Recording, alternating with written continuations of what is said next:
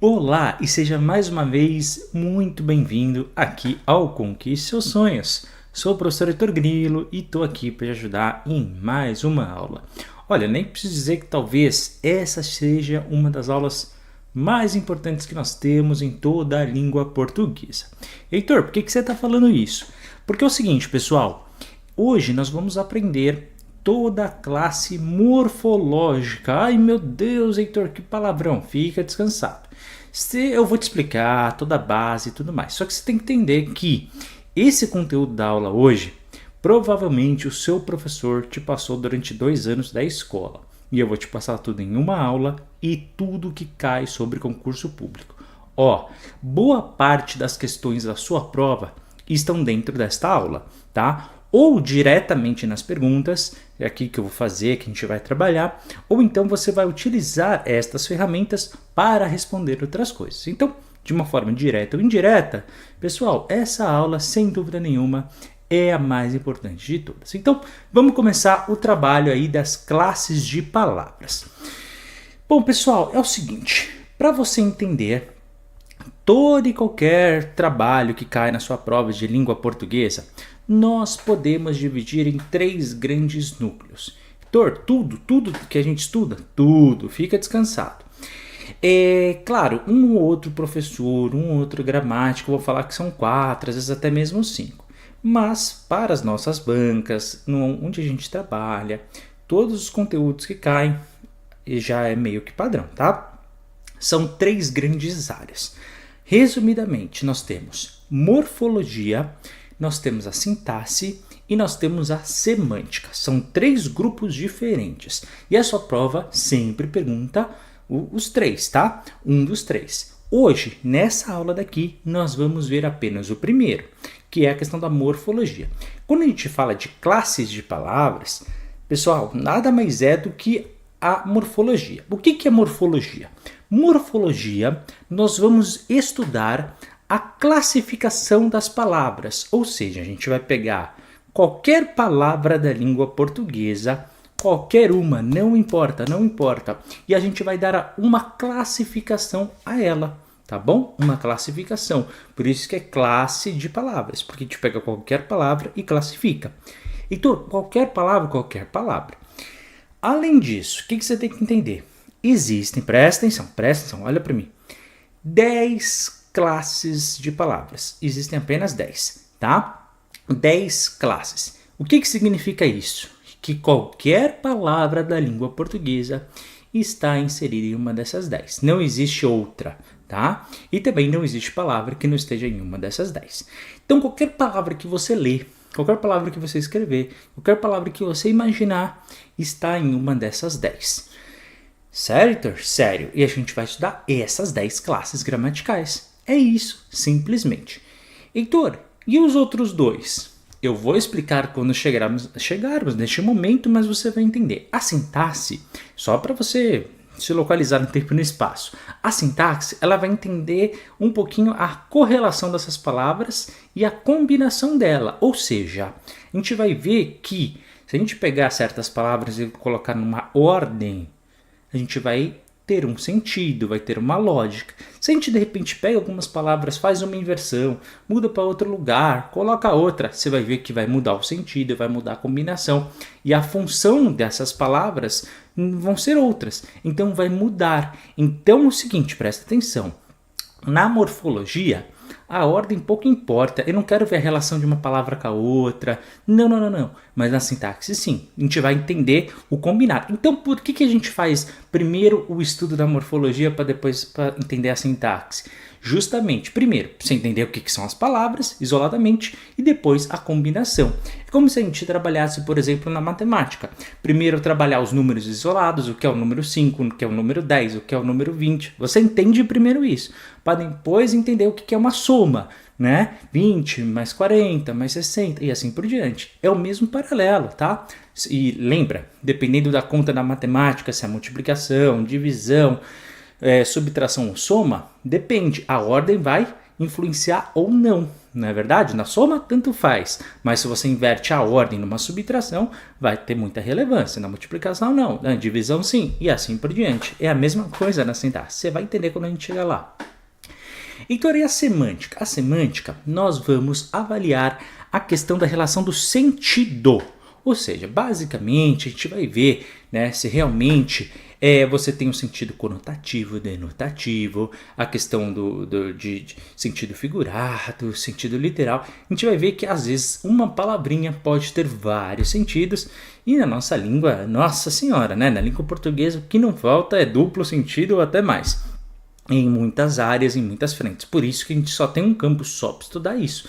Que às vezes não é o local que ela está, não é a palavra em si, mas sim o seu significado, a sua interpretação. Por isso que a semântica ainda vai mais além e é um outro campo de estudo. Legal? Heitor, quais são as 10 classes morfológicas que nós vamos estudar? Anota no seu caderno que é super importante. Artigo, substantivo, advérbio, na ordem alfabética. Artigo, adjetivo, advérbio, conjunção, interjeição numeral, preposição, pronome, substantivo e verbo, tá? Anotou? Então vamos começar. Artigo. Pessoal, o artigo, ele é muito tranquilo, tá? Você tem duas classificações de artigo. Ou a gente pode chamar de artigo definido ou artigo indefinido. Às vezes, vem uma questão muito simples, tá? Simplesmente falando, olha, quais são os artigos definidos dessa frase e quais são os artigos indefinidos. Você já sabe, você decorou, você olha, acerta a questão e não tem erro. Artigos definidos, o, a, os, as, artigos indefinidos, uma, uns e umas. Primeira coisa que eu quero falar para vocês é que é o seguinte, o que significa o artigo o? Pensa comigo. Significa que eu estou me relacionando com uma palavra que vai vir depois, que a gente já vai conversar, mas que ela é masculina, concorda? Vamos supor que eu já estou falando do homem. Você fala o homem ou a homem? Você fala o homem, na verdade? Ou seja, a palavra que vai vir a seguir é masculina, concorda? Ou seja, o artigo que ele está pedindo é masculino. E aí poderia ser o dos definidos. Eu tenho o, a, os e as. Quais são masculinos? O e os, concorda? Quais são femininos? A e as. Legal? Só que, além de eu concordar com gênero, ou seja, se é masculino ou feminino, eu também tenho que concordar com o quê? Com, exatamente, a questão do plural. Ou seja, se eu estou falando de um indivíduo ou se estou falando de vários indivíduos. Ou seja, a concordância ela tem que ser nesses dois aspectos, tá? Tanto no gênero quanto no seu número e no seu plural ali, na sua variação. Ou seja, se eu estou me referindo a homem, eu não posso falar os homens, tá bom? Apesar de algumas pessoas falarem, né? O pessoal de São Paulo, eu sei disso, que eu também sou desse grupo. E às vezes a gente não se preocupa muito com o plural, e é normal no nosso dia a dia. Mas na gramática normativa a gente tem que ter essa preocupação, tá? Então quando eu falo o homem, eu estou me referindo a um. Se eu me falo os homens, eu estou me referindo a dois ou mais. Pode ser 3, pode ser 500, pode ser 1 bilhão, não importa. Agora, se eu peço para você um artigo feminino singular, você vai falar a. Artigo feminino plural, você vai falar as. Tá bom? E como é que sua prova também pode perguntar isso? Olha, qual que é o artigo definido feminino plural para que melhor encaixa no substantivo mulheres? E aí você tem que falar as. Legal? Então, na minha opinião, vale a pena, é pequeno, decore, tá? Os artigos definidos e indefinidos. Artigo definido, o, as, um, os e as. E artigos indefinidos, um, uma, uns e umas. Lembrando, pessoal, que nos indefinidos é a mesma coisa. Você tem um para masculino singular, uns para masculino plural. Uma para concordar com feminino singular e umas para feminino plural. Beleza? Esse é um ponto que eu queria falar. Segundo ponto que eu quero falar para vocês. Quando que eu uso um artigo definido ou indefinido? Heitor, tanto faz? Claro que não. Porque senão a gente não teria duas classificações diferentes, concorda? Deixa eu tomar uma aguinha, porque eu tô com muito calor. Eu uso, presta atenção, o definido, quando eu quero especificar algo. Então vamos supor que eu quero que você pegue um livro que a gente já conversou em algum momento, um livro importante. Passou alguns minutos, eu falo para você e viro. Olha, pegue o livro, por favor. Que livro que eu estou me falando? Algum livro que a gente já discutiu. Algum livro que dentro da estante, entre vários, a gente sabe nas nossas conversas anteriores que a gente já sabe qual que é. É um livro que de repente é um livro de destaque, é o livro mais importante que eu tenho, tá bom? Ou seja, quando o autor, quando o produtor de texto, quando o escritor ele escolhe um artigo definido, se ele não falou nessa frase toda que eu te falei aqui, olha, pegue aquele livro que nós já conversamos. Não falei nada disso. Mas só de eu usar o artigo definido ao invés do indefinido, já pressupõe isso tudo. Por quê, pessoal? Porque o artigo definido, ele literalmente define, ou seja, ele vai especificar do que eu estou falando. Ou seja, quando eu uso um artigo indefinido, também é o oposto. Então, como assim? Vamos supor que estou muito cansado, dor nas costas, dor na lombar, viro para você e falo, olha, pega uma cadeira, por favor. Que cadeira que você vai pegar? A primeira? A segunda? A última? Qual que eu me referi? Tanto me faz, eu quero uma cadeira porque eu estou com dor nas costas. Pegue uma cadeira, um artigo indefinido. Para mim, tanto faz, desde que eu sente. Tá bom? Então a escolha de um artigo indefinido vai me fazer justamente isso, tá? Que eu generalize e sim que eu não determine especificamente qual cadeira eu estou falando, por exemplo. Legal? Então o artigo ele pode participar dessa brincadeira. Por fim, o terceiro ponto que eu quero falar para vocês ainda sobre os artigos. A gente pode usar para substantivar. Heitor, como assim? Olha só, se eu falo para você que cantar alivia a alma. Cantar, a gente vai trabalhar só mais para frente, você sabe que é um verbo, né? Um verbo, entre outras coisas, são palavras que vão te indicar alguma ação, tá? Então, cantar alivia a alma. Legal. Agora, toda vez que eu coloco um artigo antes de um verbo, guarda isso no seu coração, porque as provas ultimamente elas estão matando em cima. Toda vez que eu coloco um artigo antes de um verbo, ele deixa de ser um verbo. Você acredita? Por quê? Porque a combinação, pessoal, artigo mais substantivo é a maior combinação mais atrativa que existe na língua portuguesa. Eles não se desgrudam. Tem um artigo? Vai ter um substantivo. Tem um substantivo? Antes dele tem um artigo. É inacreditável como um puxa o outro. A ponto de eu pegar um verbo, coloco um artigo antes, ele virou um substantivo. Não é legal? Pois é. Então, por que a gente fala isso? Que o artigo ele tem tanto poder, que ele pode substantivar um verbo. Olha só, até arrepia, né? Arrepiou aí? Arrepiou aqui. Um artigo ele tem o poder de substantivar um verbo. Muito doido, né? Então, por exemplo, nessa frase que eu falei, cantar alivia a alma, eu coloco um artigo antes. O cantar alivia a alma. A sua prova vai te perguntar, quando eu insiro um artigo anterior antes do meu verbo, o que acontece com ele? Você substantiva. Marca a questão, acerta, acabou. Lembra dessa jogada, artigo mais substantivo. Meteu o artigo, ele vira o substantivo. Então eu não sei o que é substantivo. Vamos chegar lá, aguarda mais um pouquinho. Segunda classe morfológica, vamos conversar sobre a importância dos adjetivos. Adjetivo é bem tranquilo, né? Os professores trabalham bastante isso nas aulas, na escola, então a gente não tem dificuldade quando chega aqui. Só que eu vou acrescentar algumas informações que provavelmente você não sabe. Entre elas, né? Primeiro, o mais básico. Um adjetivo a gente vai usar para exprimir uma qualidade, tá? Seja ela qual for. Então, em primeiro lugar, você tem que entender. Adjetivo ele vai qualificar. Então, por exemplo, me dê características agora desta caneca. Esta caneca é branca, é resistente, tem um produto líquido aqui dentro, né? O que será que é? O pessoal fica brincando na internet que mas enfim, não vê o caso, mas é água, pode ficar tranquilo. ela tem certas características, ela é bonita, talvez, não sei. Você consegue dar certas características, né? Legal. O que significa isso? Eu estou qualificando. Todas as palavras que eu utilizei para qualificar a minha caneca neste exemplo, eu usei adjetivo. Olha ao redor agora de onde você está. Começa a dar características de tamanho, cor, resistência, enfim, as características que você passar na sua cabeça.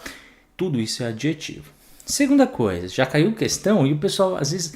Sabe que às vezes a gente erra aquelas que são mais fáceis porque a gente está tão cansado, pessoal, que a gente não reflete. O adjetivo nem sempre ele tem que ser bom, tá? O adjetivo, veja, inclusive a definição de bom, mal, alguma coisa que é melhor ou pior, isso às vezes, dependendo do contexto, pode ser para um lado ou para o outro, né? Então, assim, o adjetivo nem sempre ele tem que ser positivo, tá? Então, essa é uma outra ponto que já caiu e às vezes a gente erra. Terceiro, que eu quero falar, agora você vê que a gente vai acrescentando informações, né? Às vezes cai uma coisa, não se preocupa, eu vou falar isso tantas vezes que você não vai esquecer. Uma coisa chamada locução adjetiva. Você sabe o que é? Respira que eu vou te falar. Heitor, locução adjetiva? É, locução adjetiva. A adjetiva vem de adjetivo, legal? Ou seja, alguma coisa que vai dar qualidade. O que significa isso? Calma, respira.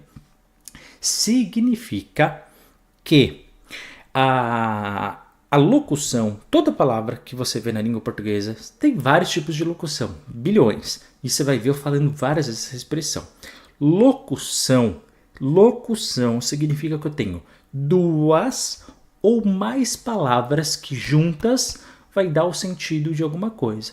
Ou seja, pego palavras que tem outras classes morfológicas, inclusive, tá? Vou pegar 2, 3 palavras e vou juntar. Só que quando eu junto, elas vão se transformar em algo. Nesse caso, se eu juntar várias palavras, ela é uma locução. Só que eu quero uma locução adjetiva, ou seja, eu vou juntar várias palavras que juntas vão dar o sentido de adjetivo. Só que isoladamente elas não são adjetivas. Então o que a gente pensou? Bom, vamos dar um nome para esse treco. E a gente chamou de locução porque 2 ou mais palavras. Adjetiva porque dá o sentido de adjetivo. Entendeu? Então, locução adjetiva é isso. Olha, Heitor, quais são as expressões que dão locução adjetiva? Quando eu chegar nelas, eu vou te explicar melhor, mas eu ainda não te expliquei, mas eu quero que você já anote. É quando eu junto uma preposição mais um substantivo. Heitor, o que é uma preposição? O que é um substantivo? Eu preciso, só quando eu chegar nessa parte, é que eu vou voltar nisso, né? Porque senão eu teria que parar a aula, explicar o que é preposição, o que é substantivo, para depois voltar. Ou seja, anota e quando você entender esses dois, vai entender e vai amarrar os nós aí na sua cabeça. Então fica descansado. Além disso, mais para frente, a gente vai aprender uma coisa chamada sintaxe. Lembra, depois das 10 classes morfológicas, que a gente vai trabalhar sintaxe, sujeito, predicado, enfim, uma série de coisas. Quando a gente chegar lá, você vai perceber uma coisa, que o mesmo adjetivo daqui, ele também lá pode ser um adjunto adnominal, predicativo do sujeito ou predicativo do objeto. Heitor, o que você está falando? Vai por mim. Confia no que eu estou falando. Anota isso, porque quando chegar lá, você vai voltar nessa aula e falar, putz, é óbvio, Heitor. Lógico. Se eu soubesse, fica descansado. Mas tudo tem etapas. Mas eu quero que você já anote por quê? Para fazer sentido quando eu chegar lá do outro lado. Por fim, mais outra coisa que eu quero falar com você. Primeiro, atenção na mudança de sentido.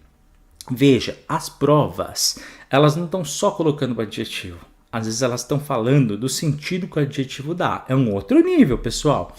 Como assim, Heitor? Se eu falo para você, viro e falo, nossa, que homem grande. O que eu estou querendo falar? Pensa, para, reflete, dá uma pausa no vídeo se você quiser. Nossa, que homem grande. O que eu quis dizer aqui? Que o homem é gigantesco, ele é alto, sei lá, tem mais de 2 metros, parece Rafinha Bastos, sei lá, é gigante. Beleza? Tá tranquilo? Beleza. Ele é grande. Agora se eu viro para você e falo, nossa, que grande homem, hein? O que quer dizer? Que o homem realmente ele é digno, ele é célebre, é um homem íntegro talvez, ou até, né, de repente aí, né, ter alguma beleza, enfim, depende aí do sentido que você quiser dar. Mas o grande homem e o homem grande tem as duas palavras escritas da mesma forma. O que eu fiz? Inverti. Apenas a inversão de palavras vai fazer com que eu mude o meu sentido da frase. Então, eles estão perguntando isso, hein? Inverter adjetivo, ele faz com que tenha mudança de sentido? Você vai responder que sim. Tá bom? E se perguntar qual é o sentido, você tem que parar a ler e pensar. Não tem jeito. Heitor, passa uma lista com todas as possíveis mudanças. Não tem como, é inviável, há milhares, e isso é só mesmo praticando. Heitor, era pouca coisa em falar adjetivo, né? Vai vendo. Além disso, a terminação ente, tá? Geralmente, pessoal, não é adjetivo. Cuidado. Heitor, ele é o quê? Ele é advérbio. A gente vai falar isso agora, daqui a pouquinho. Então você vai entender. Quando eu chegar no advérbio, eu vou falar de algumas terminações ente. E às vezes na mente, talvez expresse qualidade. Não. Eu já estou falando aqui para você de antemão. Não qualifica isso como adjetivo, é advérbio, tá? Então, só para a gente deixar isso claro, daqui a pouco você vai ver o advérbio, você vai achar isso aqui bem tranquilo. Mas é tranquilo porque você está vendo a matéria agora. Não é verdade? E na hora da sua prova, daqui a alguns dias ou meses, aí pode ser que seja um pouquinho mais confuso. Então anota isso mesmo que pareça fácil neste momento quando a gente tiver advérbio. Advérbio, pessoal. Bom, vamos lá. O advérbio são palavras que a gente vai pegar e elas vão fazer com que eu tenha alguma circunstância.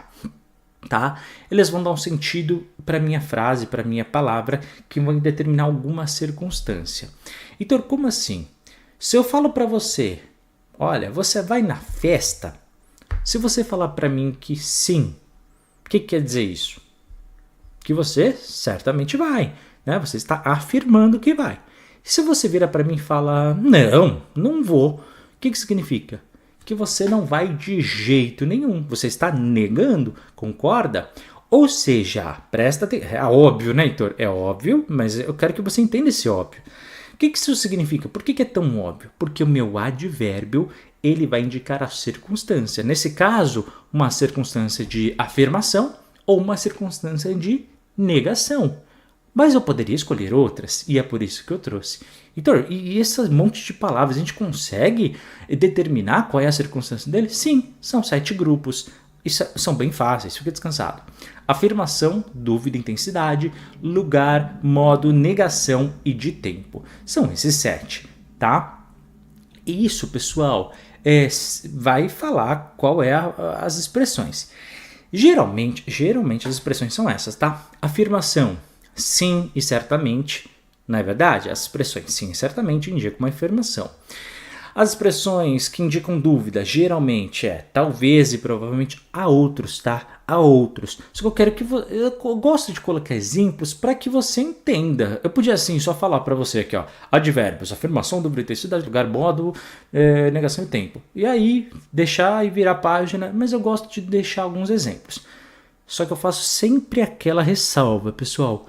Por mais óbvio que a palavra possa parecer, nunca marque a alternativa de uma vez. Analise sempre o contexto que ela está. A frase, o texto a ser avaliado, enfim, avalie isso tudo, porque isso tudo pode fazer a diferença. Às vezes uma palavra que pode parecer de repente uma dúvida, não é uma dúvida dependendo do contexto, tá?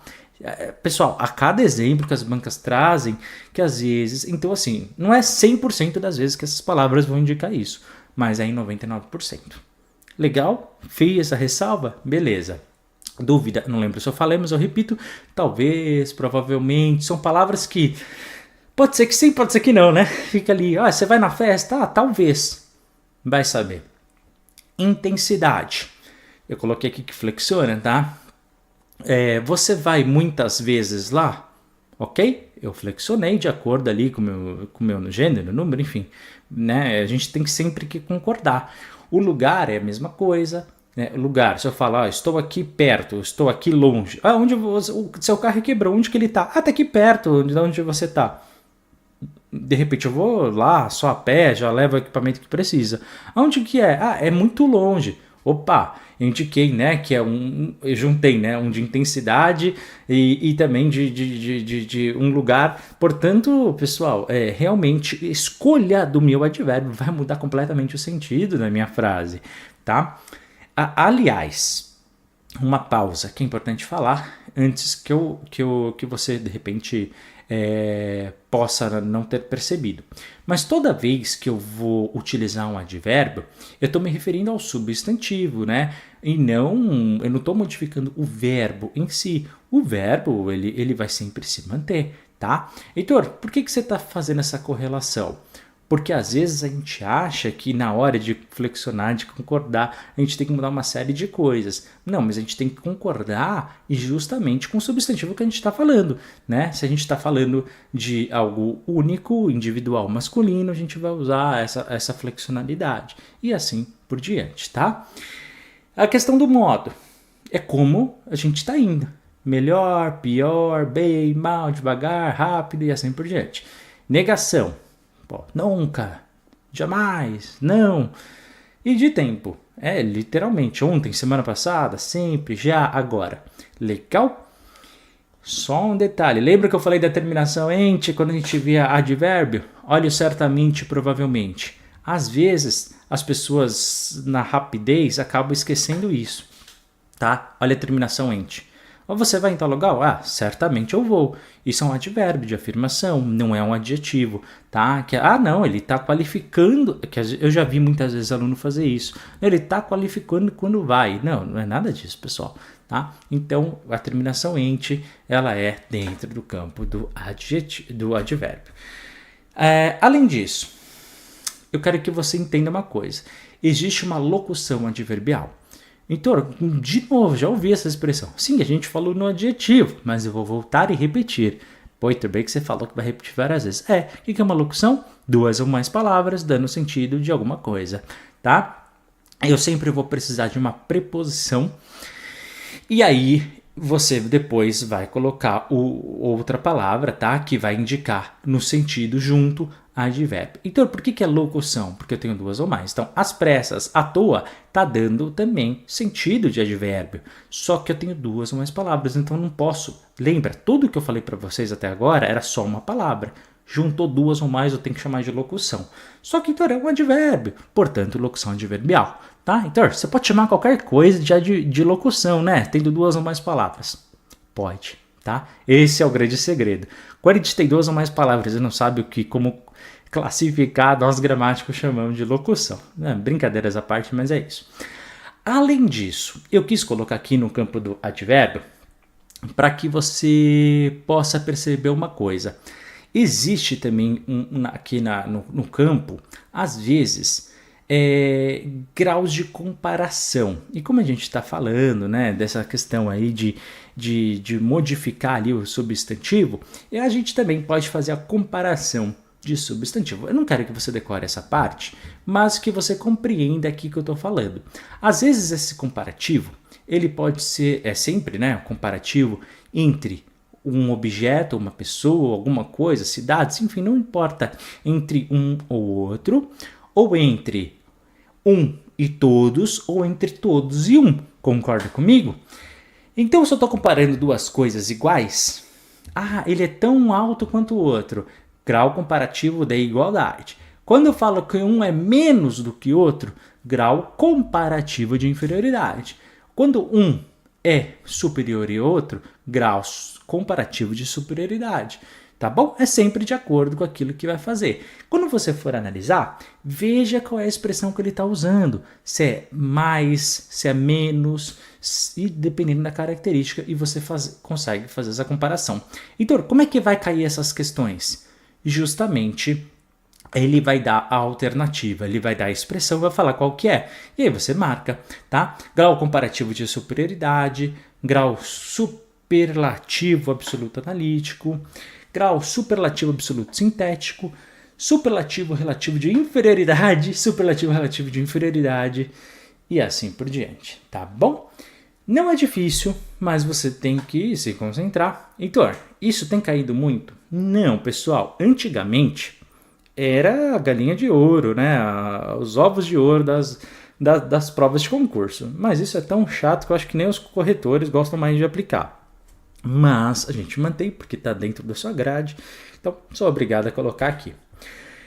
Quarto ponto. Conjunções. Oh, coisa deliciosa.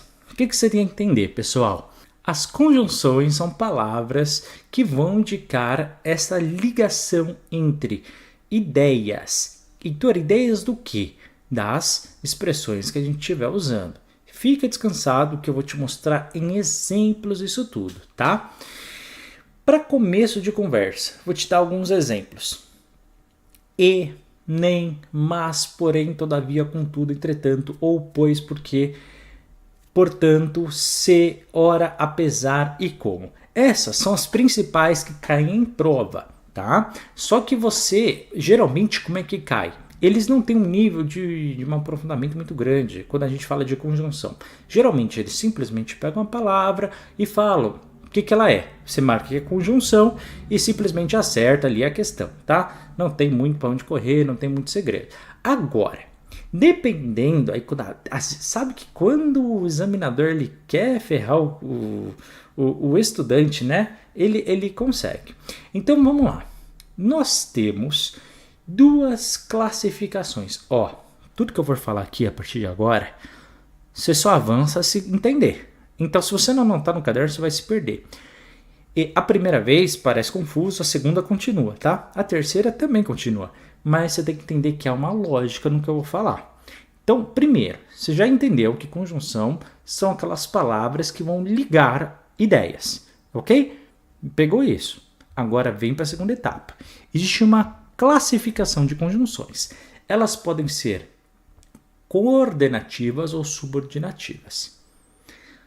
Coordenativas, pessoal, significa o quê? Que as duas ideias, as duas orações, elas são independentes. Eu vou te dar exemplos, calma. Ou seja, se eu pegar uma delas, você vai entender a ideia. Se eu pegar outra, você também entende a ideia. Legal? Se eu falo para você das subordinativas, eu estou falando o quê? Que uma depende da outra para você compreender o contexto. Você tem que entender essa lógica. Quando você entender, você vai para a parte seguinte. O que é? Nas coordenativas também tem classificação. Pô, Heitor, tá começando? Eu sei, mas é o que é. São 5. Vamos lá? Aditivas, alternativas adversativas, conclusivas e explicativas. Só que as provas às vezes estão dando outros nomes para elas. Pois é. Então já caiu, em vez de aditiva, já caiu uma vez copulativas ou aproximativas. Pois é, foram buscar em gramática aí de sei lá de onde. Além das alternativas, eu já vi uma vez, questão de prova, a expressão disjuntivas, tá? Inclusive, na minha época, quando eu era estudante, eu aprendi como disjuntiva, tá? Alternativas só depois, eu acho que quando eu cheguei no ensino médio, começaram a usar, e até faz mais sentido, você quer saber. Mas quando eu era menor, quando eu aprendi, que eu lia gramática, quando eu estava ali na 7ª série, enfim, coisa de doido. Era disjuntiva só a expressão que tinha, eu lembro até da gramática. Gramática de capa roxa e tudo mais, enfim. Além disso, nas conclusivas, pode ser ilativa, né? A expressão ilativa significa que você vai concluir algo, tá? Então, qual que é a sua ilação? Qual é a sua conclusão sobre isso? Os advogados usam muito essa expressão. Mano, não precisava pôr numa questão de concurso público. Heitor, qual que é os exemplos que você quer dar das orações independentes, coordenativas? Nas conjunções, você pode ter as expressões e, mas também. Nas alternativas, ou, ora, são essas sempre que caem, tá? Nas adversativas, mas e porém. Nas conclusivas, assim, logo, por isso. E nas explicativas, que, visto que, já que e pois. Pessoal, vou te dar um macetinho aqui para você entender. Se você entender essa lógica das conjunções dessas palavras, depois você vai entender as classificações que a gente vai dar depois para as orações. Aqui, eu não quero trabalhar as orações em si, tá? As frases em si. Por quê, Heitor? Porque isso é trabalho da sintaxe. Lembra que eu falei para vocês? Aqui a gente só analisa as palavras. Eu quero só analisar as palavras que estão no meio das frases, tá? Porque elas vão mudar completamente o sentido. Se eu quero dizer que as duas orações são independentes, eu vou usar, por exemplo, uma aditiva. Entendeu? E as subordinativas, elas são dependentes, ou seja, eu preciso de uma para interferir na outra ou vice-versa. Tá? Nós temos as integrantes e nós temos as adverbiais. Integrante, pessoal, ela só tem uma mesma classificação, ela é integrante. E eu sempre vou usar a expressão que ou se nesta frase. E para saber se é uma oração subordinativa que é integrante, eu vou pegar este que e esse se e eu vou sempre conseguir substituir por isto, isso ou aquilo. Pessoal, a gente vai fazer tanto exercício disso que você não vai se preocupar. A minha grande preocupação é que você tenha agora, neste momento, a compreensão teórica disso, tá? Que você anote no seu caderno, que você estude isso. Porque no exercício você vai ver o que, o se, seu olho vai brilhar. Você vai falar, subordinativo integrante. Vai por mim. Essa é a melhor forma. Eu poderia, posso ser muito transparente com você? Eu poderia só ficar nisso aqui 4 horas para ganhar visualização, tá? Dando exemplos e tal, mas você não vai absorver o conteúdo. Então o que eu quero? Passar a parte teórica e depois no exercício a gente finaliza. Porque no exercício vai ficar óbvio. Você vai ver o que e o se nas orações integrantes. E você vai ver que dá para substituir por isso, você vai matar a questão. Assim, você vai acertar, não tem. Só que se você não tivesse visto isso, você não ia saber, tá? Porque prova de concurso é isso, a gente tem que saber os caminhos. E tem muito conteúdo para você estudar, para você decorar. Então, não vou te enrolar aqui, tá bom? Nas adverbiais, pois são 9 classificações. Eu vou falar quais são e vou te dar exemplos. Combinado? Causal, pois, porque eu ia ao cinema porque eu gosto de filme. Se eu viro para você e falo, gosto de filme, você fala, o que você está falando? Não, eu ia ao cinema porque eu gosto de filme. Entendi. Por causa de você gostar de cinema é que você vai ver o filme. Eu entendi a lógica, ou seja, eu preciso de uma oração para entender a outra, tá? Então a gente chama de causal, porque a causa de eu ir ao cinema, por exemplo, é de eu gostar de filme. Comparativa, tá? Quando eu estou comparando 2 elementos, mais ou do que. Condicional, caso eu receba salário esse mês, eu vou comprar um PlayStation. Até parece, né? Imagina. Ou seja, eu só compro o meu PlayStation, que eu nunca tive, se eu conseguir receber esse mês. Até parece, né? A Bárbara ia brigar comigo. Conformativa. Segundo análise, segundo relatório que eu vi, ou seja, conforme algo que aconteceu, é que eu vou dar encaminhamento em determinada proposta. Legal?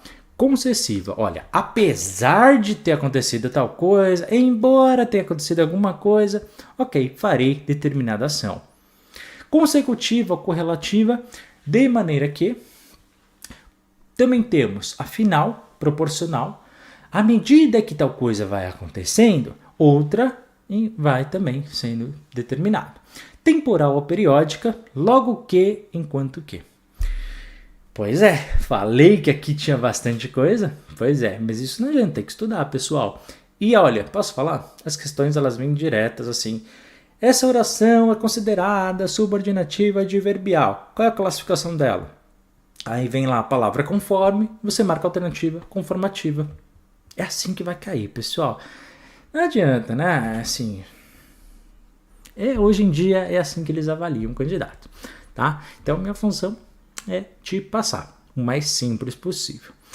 Interjeição é bem tranquilo, né? São aquelas expressões, aquelas palavras que vão expressar um estado de alma, uma dor, um sentimento, tá? É bem tranquila. É o exemplo que eu sempre dou. Chutei o pezinho da mesa com o dedinho do pé direito, né? O que você fala? Eu, por exemplo, falo carambola, né? Mas outra pessoa pode falar ai, ui, pode falar, sei lá, aquilo que você acabou de pensar. Isso que você acabou de pensar, pessoal, tudo isso que a gente está falando. uau, bati o pé, enfim, qualquer coisa que você tenha pensado. Tudo isso é interjeição, porque representa o estado de alma, né? Representa o que você está sentindo. Representa, de repente, alguém passa na rua e faz bu, você fala, se assustou, não é verdade? Esse susto tá indicando também um suspense, tá? Pode ser uma alegria, né? Uma coisa boa. De repente, você beijou a menina dos seus sonhos, você vira para ela e fala, uau, né? O que significa isso? Justamente sua alegria, você está demonstrando a sua alegria. Seria bem estranho isso acontecer, mas enfim. Essas palavras, pessoal, elas geralmente são acompanhadas pelo ponto de exclamação na frase, tá? Dependendo do contexto, até interrogativa, já aconteceu. Ou então, pode ser até uma onomatopeia. Então, o que é isso, onomatopeia? Não, é tranquilo. Por exemplo, toda vez que eu falo de onomatopeia, não adianta. A minha mente, ela sempre lembra. Você via, se você não via, desculpa, vai ver, porque era muito legal. E aquele Batman e Robin que passava na TV dos anos 70, lembra, Tiga? Eu sei, talvez você não tenha visto. Mas toda vez que tinha ali o soco e pontapé, aparecia sempre na tela. Puff, plaf, toim, que são aqueles barulhos que tinham ali dos socos, das brigas, aparecia escrito. Veja, pessoal, aquelas palavras escritas nada mais são o quê? Do que representar no escrito, né, os sons das batidas. Claro, isso tudo é onomatopeia, quando representa de maneira escrita justamente esses barulhos que acontecem, tá bom? Um barulho de porta nem sempre é ploft, nem sei como é que é um barulho de porta, quando alguém bate numa porta, mas cada porta vai ter um som, por isso que é onomatopeia, depende da porta, tá? Então são essas expressões aí. Só um detalhe. Às vezes está caindo, tá? Eles pegam ali uma interjeição e falam qual é o valor sintático. Eu sei que nós não estamos vendo agora sintaxe, mas quando a gente chegar lá, eu vou já te falar. Não tem valor sintático, tá bom? Decora isso. Interjeição não tem valor sintático. Só decora isso e tá tudo feito, tá? Quando chegar lá, a gente toma nota disso. Senhores, numeral. Olha, o que você tá achando até agora? Tá gostando? Tá? Respira um pouco se quiser, pausa o vídeo, bebe uma água, tá? Eu fiz isso agora, inclusive, tá? Parei um pouco, respirei 5 minutinhos, porque cansa, pessoal, eu sei, é bastante informação. Mas é isso, pessoal, a gente quer trabalhar de classe de palavras, são 10 classes, a gente tem que trabalhar as 10, estamos entrando agora na 6ª. As outras não são tão difíceis, um ou outro aqui vai ter algumas coisas pra gente conversar, mas, pessoal, posso falar? Você vai conseguir, tá? Não é difícil. E outra, a gente está fazendo resumo. Lembra que eu disse? De conteúdo de 2 anos que você viu na escola regular, e eu tenho certeza que seus professores não falam metade do que eu estou dizendo aqui, né? Por quê? Porque para a gente falar isso tudo, é muita pesquisa, tá? É muito estudo de prova, muita avaliação, muita análise. Pois é, pessoal. Enfim, muitas análises de gramáticas diferentes. As bancas, elas vão se adaptando, a gente tem que mudar também os conteúdos aqui. Não é o mesmo conteúdo que eu passo sempre para sempre, tá? Então isso tudo tem que ser muito adaptado. Mas confia, vai dar tudo certo. Se você domina português, língua portuguesa, você sabe, né, que você vai passar. Então, o segredo tá aí. É onde a maioria desiste. Você acha que quantas pessoas vão assistir a aula até aqui? Imagina, pouquíssimas pessoas. Mas você vai passar justamente porque você está se destacando, você está indo além, tá? E esse é o grande segredo.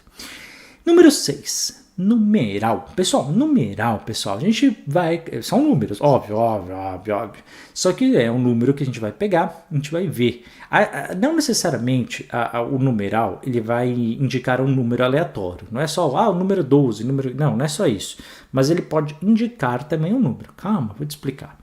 Quando eu só falo número em si, um número aleatório. Pensa um número de 1 a 1000 na sua cabeça. 912, né? Acertei. Então, brincadeira. Mas tem um monte de vídeo na internet, né? Que o pessoal faz isso. Quando você fala um número aleatório, qualquer número, a gente chama de número cardinal. Então, número cardinal significa um número simples, tá? Um numeral cardinal, indica um número. Legal? Até aqui, sem nenhum problema. Você, de repente, talvez não sabia que tinha um nome para isso, mas tem, cardinal. Agora, se eu te falo um número que vai indicar uma ordem, se eu viro para você e falar, olha, O Corinthians está em que colocação no campeonato? Palmeiras tem que colocação no campeonato? Flamengo, Botafogo, a Portuguesa na Série D, enfim, você, né, vai sempre indicar a ordem do campeonato. Esse aqui está em segundo, esse está em terceiro, esse está em primeiro. Indico a ordem, pessoal. Que colocação que tal piloto de Fórmula 1 chegou na corrida? Chegou em 10º, nossa senhora. Então, a colocação a gente vai indicar que é um número ordinal. Ordinal indica ordem, simplesmente isso, tá? Não tem segredo, é bem tranquilo. Além disso, nós temos os multiplicativos, ou seja, se a gente pega um número e vai dobrá-lo, triplicá-lo, essas expressões que indicam dobro, triplo, quádruplo, todas as expressões que vão indicar a quantidade ali aumentando de maneira multiplicativa, nós vamos chamar este numeral de multiplicativo. E se a gente divide, a gente vai chamar o quê? De fracionário. Lembra, toda fração é uma divisão. A gente conversou isso nas aulas de matemática. Se você estiver assistindo as aulas de matemática, eu espero que esteja assistindo, a gente conversou sobre isso. E é por isso que a gente usa, tá?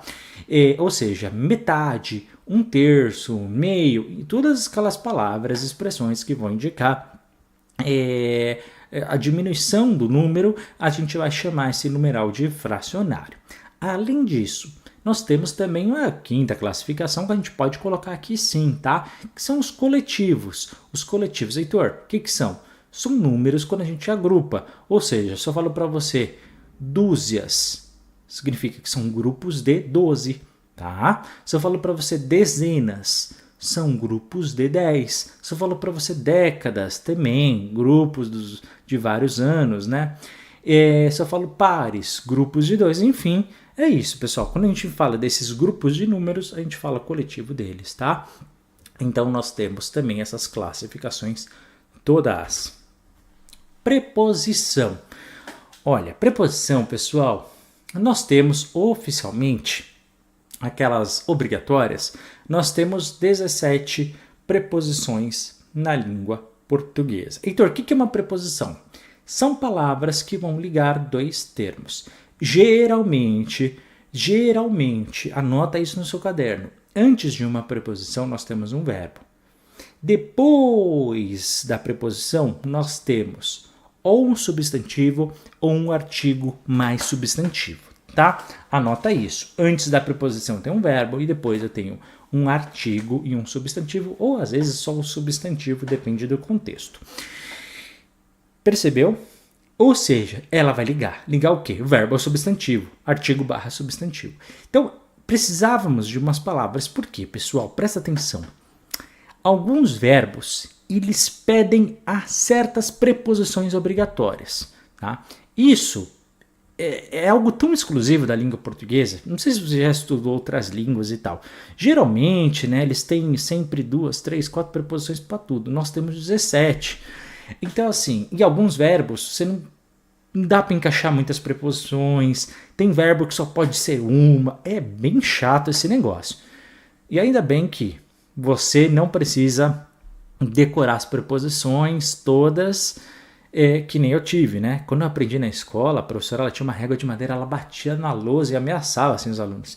Vamos lá, falem as preposições. A gente era criança, pessoal. Ela batia assim naquela lousa verde. A régua era maior, a professora ela batia, pá, vamos lá. E ela apontava para o aluno tinha que falar 17. Quem errava, tome. Pois é, pessoal. Na minha época, a régua cantava, como se dizia. Imagina, né, se faz isso hoje. E olha que era um colégio religioso. Mas, voltando, quais são os 17 preposições? É que toda vez que eu entro nisso, pessoal, eu lembro da cena, eu fico até arrepiado até hoje. Você acha que não? Olha os traumas que a gente vai pegando na vida. Essas preposições, elas são 17, a gente chama de essenciais, tá? Por quê? Porque elas existem e não tem para onde correr. Quais são? De olho fechado. A, ante, após, até, com, contra, de, deste, em, entre, para, perante, por, sem, sobre, sob, trás. Pois é, eu sei. Decorou? Decore no seu tempo, tá? Aqui a educação, ela não é desse, né? Não vou te obrigar a decorar, mas eu acho que até não é tão difícil. Se agrupar em pequenas partes, você consegue. Então, vale a pena decorar a preposição? Posso falar? Até vale, por quê? Porque a gente consegue eliminar as classificações nas outras palavras. Lembra, se eu já sei quais são as 17 preposições, elas geralmente não são outras coisas. Com exceção do a. O a ele pode ser várias coisas, tá? E pode ser, a gente já viu o a, por exemplo, no artigo que a gente viu, né? No artigo definido, feminino singular. Pode também ser preposição e dependendo do contexto ainda pode ser outras coisas. Então o a, né, pode ter essas variantes. Agora o resto, pessoal, a gente está falando de preposições que não tem muito para onde errar. Aliás, você tem bem que entender que dependendo do contexto, existe uma coisa chamada preposição acidental. O que significa isso? E aqui, geralmente eu não falava, tá? Essa parte. Mas como o pessoal já está decorando as 17 preposições, as bancas agora estão puxando isso. Tem palavra que não é preposição, que não está dentro dessas 17. Só que, às vezes, dependendo do contexto, meti um verbo antes e depois eu meti um substantivo, um artigo / substantivo, ela pode se transformar numa preposição, mesmo que originalmente ela não é. Então, presta atenção. Toda vez que você analisar a sua frase, apareceu a palavra isto é uma preposição, às vezes a gente decora 17, bate lá, viu que não é e marca que não é. Erra. Então, calma. Se você analisar o contexto, analisar a frase e perceber que antes vem um verbo e ela está fazendo uma ligação disso com o substantivo que vem depois, e no contexto ela tem a mesma função morfológica de uma preposição, ela é considerada uma preposição mesmo que originalmente ela não seja. A gente chama isso de preposição acidental. Pois é. Geralmente foram essas que já caíram nas provas, tá? Eu trouxe aqui para vocês. Afora, como, conforme, consoante, exceto, fora, mediante, senão, tirante e visto. Foram essas que já caíram. Além disso, depois, né, a gente vai estudar que elas têm... Você precisa saber essas preposições na análise sintática. Então, mas aqui é morfologia, por que depois eu vou precisar? Porque depois a gente vai conversar algumas coisas sobre objeto direto e indireto, complemento nominal, agente da passiva. Essas coisas, pessoal, você vai ter que entender o que é preposição, tá? Por quê? Você vai ver que para eu classificar algo depois, para ter essas classificações, eu preciso saber o que é preposição. Por isso que eu acho também que vale a pena você decorar as preposições essenciais, tá? Principalmente essa. Além disso, elas podem te indicar sentido em adjunto adnominal e adjunto adverbial. Heitor, o que é adjunto adnominal ou adverbial? A gente vai ter aula só sobre isso, tá? Então, no momento correto eu vou te explicar. Além disso, existem as locuções prepositivas. Ai, Heitor, de novo locução. Heitor, o que é locução? Duas ou mais palavras dando o sentido dela. Se eu dou o sentido de preposição, locução prepositiva. Você vê que pela lógica a gente chega lá. Então, o que é uma locução prepositiva? Duas ou mais palavras dando sentido de preposição. Exemplos: abaixo de, acima de. Veja, juntas elas dão ideia de preposição, principalmente se antes tiver um verbo e depois um substantivo. Acima de, à custa de, ao redor de, através de, em cima de. Tá bom? Duas ou mais palavras eu não posso só classificar como preposição. Tem que chamar de locução prepositiva. Heitor, existe na língua portuguesa, em algum momento, eu utilizar duas preposições? Cai uma questão dessa. Pessoal, quando a gente usa uma preposição, é apenas uma. Em 99,9% dos casos, oh minha nossa senhora, é verdade. Existe um caso em que ela se torna facultativa, que facultativa é opcional, caso você não saiba, tá? A expressão até a significa que é o único caso aceitável da língua portuguesa que ela se torna, porque o até, a ante após até é uma preposição. E o a é supostamente uma preposição. Cuidado. Dependendo do contexto, esse a é artigo. Calma, respira. Não quero te confundir, mas eu tenho que te falar, não adianta. Se depois do a eu tenho um substantivo, esse a ele vai ser um artigo. Mas às vezes pode acontecer de ter o até, pode ter o a, só que a palavra que vem a seguir não é um substantivo. Aí você vai olhar para isso e falar, ai meu Deus! E agora, se não é um substantivo, ele não é artigo. Se ele não é artigo, o que esse a é? E você vai ficar que nem o de outra volta no meme. Então, se a palavra que vem depois do a não for o substantivo, esse a não vai ser artigo. Pela lógica. Se esse a não é artigo, ele tem que ser alguma coisa. Se alguma coisa é o quê? Preposição. E nesse caso, se você retirar o a, você vai perceber que a frase pode ser lida a mesma. Só que se você quiser utilizar o a, também está considerado certo. Tá? Então, gramaticalmente não está errado, por isso que é opcional. Então, há casos, só cuidado. Até a não é sempre que é preposição mais preposição. Pode ser uma preposição mais um artigo, se depois vier um substantivo. Deu para entender? Vamos continuar. Pronomes, pessoal. Bom, aqui é o queridinho dos professores, né, de 8ª série, né? Ficam aqui meses falando sobre esse assunto. Vamos lá. O pronome, por que a gente existe? Né? Por que existe o pronome? Justamente, pessoal, para a gente indicar no texto, para o nosso texto ter mais fluidez. Se a gente sempre usasse o nome das pessoas, dos locais, nós repetiríamos muitas vezes.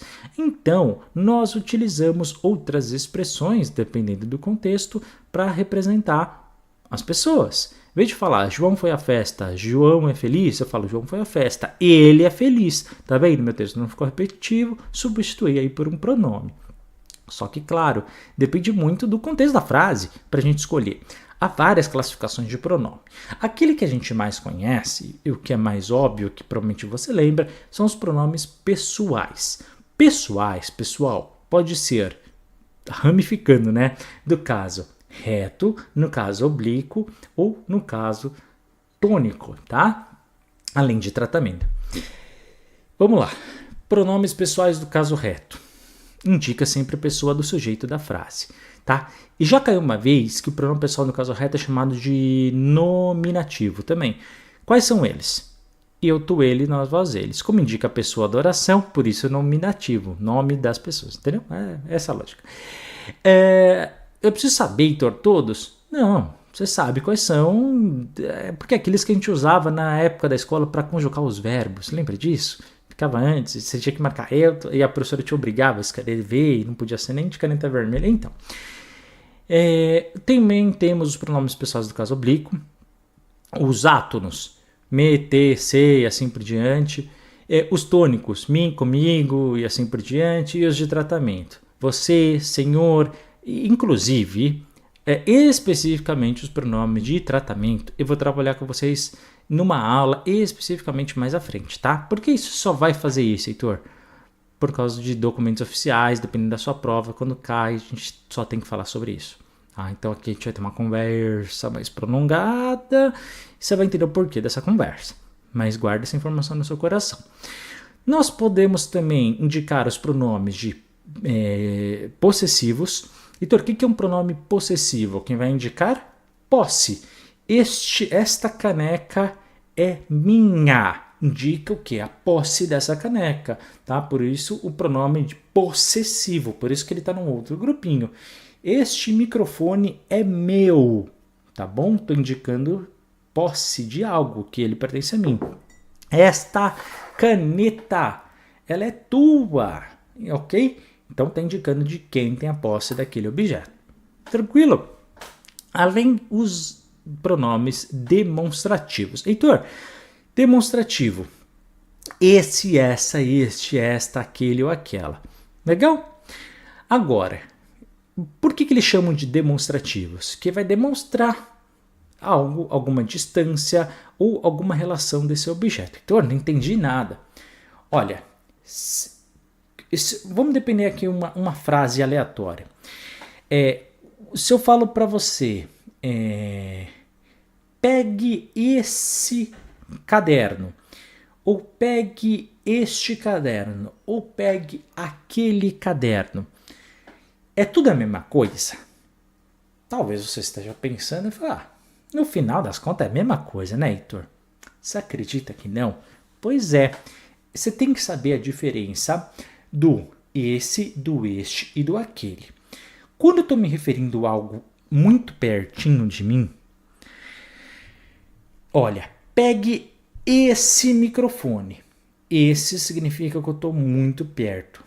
Pegue esse, eu estou pertinho dele, ó. Peguei, acabou, muito perto. Com 2 S's, tá? Às vezes você pode ter entendido outra coisa, só estou te explicando. Deixa eu respirar um pouco. Se eu falo para você, pegue este microfone. É o microfone que tá ali, ó, mais distante, captando ali, ó. Tá mais longe, assim. Não tá tão longe, mas tá ali, médio, tá?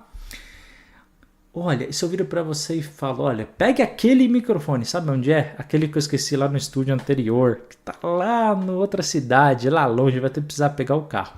Então, esse pertinho, este médio, aquele bem longeão. Tranquilo? Essa é a primeira lógica do esse, do este e do aquele. Só que tem uma segunda. O que é? No meu texto. E quem viu a aula de compreensão de texto já matou a história. Né? Porque foi uma das primeiras coisas que eu falei para vocês. Mas talvez você, dependendo do seu concurso, não tenha visto aquela aula, ou pulou, ou não lembra, simplesmente. Lembra que eu falei dos anafóricos e catafóricos? Pois é. Anafórico, quando eu falo de algo na frente do que foi dito. E catafórico, atrás do que foi dito. Se eu estou me referindo a algo que será dito, eu vou usar o este. Se é algo que foi dito anteriormente, eu vou usar esse na minha oração, tá bom? Então depende do ponto de referência do meu objeto na minha oração, eu uso este ou aquele, tá bom? Este ou esse. E o aquele é mesmo quando está bem distante, tá? Então na hora de você fazer a oração, se você já disse ou não disse, você vai fazer a tua escolha entre este ou este. Se tiver um terceiro elemento, aí você usa aquele. Legal? Além disso, pronome interrogativo. Pô, pessoal, aqui você não pode errar, né? Por quê? Porque é sempre uma pergunta. Quem virá nessa cidade? O quanto que você estudou para este concurso? Estou perguntando. As palavrinhas que eu estou usando para iniciar as minhas orações, geralmente, né? Que, quem, qual, quanto. Essas expressões indicam ali, entre outras, tá? São as palavras que indicam uma pergunta, uma interrogação. Por isso é um pronome interrogativo. Vamos falar a verdade? Aqui eles não nos confundiram, ainda bem. Além disso, eu quero falar dos pronomes relativos. Pessoal, pronome relativo, ele também vai fazer essa ligação. Olha essa frase. A mulher que saiu era louca. A mulher que saiu. Se você pegar a frase, o a é um artigo. Legal? Mulher, substantivo. O que? O que é? Eu estou ligando. Ligando o quê? Tá? Quem eu estava me referindo sobre aquilo que vai acontecer. Veja, esta ligação, ela está se referindo ao, eu não quero dizer, mas é o sujeito, né, que está ali, ou seja, o meu artigo substantivo, a uma ação que eu ainda não disse. Ou seja, a mulher que saiu. Se eu viro para você e falo, a mulher saiu era louca, você fala, o louco é você. Como assim, a mulher saiu era louca? Não, a mulher que saiu. Ah, agora entendi a frase. Ou seja, o pronome relativo vai fazer essa indicação, vai fazer essa ligação. Então, essas palavras que vão fazer essa correlação, a gente chama de pronome relativo. 99% das provas, quando cai, é o que, tá? Eles adoram. Mas às vezes pode vir um quem, um qual, cujo, onde, como, quando ou o quanto. Além disso, como eu disse, né, ele vai estar ali entre o substantivo e o verbo. Então é fácil de você perceber isso na análise, porque você vai estar lá vendo. Isso aqui. Porque assim, pessoal, vamos falar a verdade. O artigo é fácil de achar, o substantivo é fácil de achar, o verbo é fácil de achar. Então, quando você vê a palavrinha ali que entre substantivo e verbo e precisa dessa ligação, né, a gente considera ali um pronome relativo. Então é fácil da gente fazer isso. Um segundo macete para você entender é você substituir o pronome relativo por o qual ou a qual, né? Ou os quais ou as quais. Então, como assim? A mulher a qual saiu era louca. Encaixou. Se não encaixasse, não ia dar. Então, o segundo macete para você saber o que é o pronome relativo, eu colocaria um asterisco, porque suas provas estão vindo muito em cima disso, é substituir pelo qual, a qual, os quais ou as quais. Se é singular masculino, o qual. Singular feminino, a qual. plural masculino, os quais, feminino, as quais, tá bom? Além disso, por que, Heitor, você vai falar isso? Porque tá vindo muita questão ultimamente sobre isso, tá? Que é o seguinte, marque a alternativa gramaticalmente errada, e eles sempre colocam isso, cujo o ou cujo a. Anota no seu caderno, tatua no seu braço esquerdo, anota numa folha e cola bem grande. Não existe cujo o ou cujo a. Não existe cujo o ou cujo a. Cuja a. Cujo o ou cuja a. Não existe. Eu não sei de onde o pessoal tira o cuja. Deve ser de coruja. Sei lá, cara, não sei. O cuji, o cuji, ele concorda sempre, pessoal, com a palavra seguinte, tá? Em gênero e número. O que é gênero? Masculino e feminino. O que é número? Singular ou plural, tá? Então vai sempre concordar com a palavra que vem seguinte, tá? Cujo homem, cuja mulher, tá bom? Não é cujo o homem, cuja a mulher. Não existe o cujo ou cujo a. Legal?